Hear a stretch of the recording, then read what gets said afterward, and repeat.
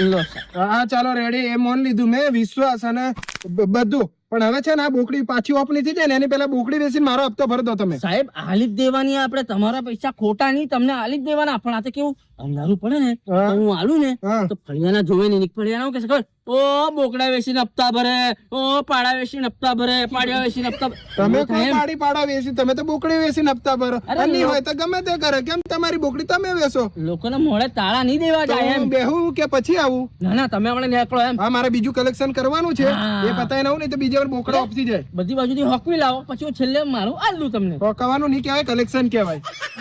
અમે નહીં ખબર થઈ જશે ને? થઈ જશે સાહેબ. બરાબર, હું આવું એટલે મારે જોઈએ, હું મારે ઉપર જવાબ આલવાનો. તમને આ મારે પેટ્રોલ બાળવાનું સારું નહીં લાગતું. ઓ સાહેબ મને સારું નહીં લાગતું, પણ હવે કરું હું. તમે તમારી જુમલી બોકડી ઓફ નહીં થાય ને એની પહેલા જુમલી. હા જુમલી હા, હાલ દો ને, મારે હપ્તાનું સેટિંગ કરી આલો. કરી આલું અને સાહેબ. પછી ટાઈમસર ભરી દેજો. તમને લોન કેવી ટાઈમસર મળી ગયેલી એમ ટાઈમસર હપ્તો ભરી દેવાનો હોય. સાહેબ આ તો પરિસ્થિતિ એવી આવી જાય, મોણા છીએ અમે. એવું એમ ને? હા. રોજ.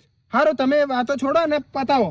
પતાવીએ સાહેબ. હા? તમારો હપ્તો આપી દેવાનો. હા, હું 5-6 વાગે ચક્કર મારું. હા. 5 વાગે આવું છું. જુમલી જીવતી થઈ જાય કાકા આજે કામ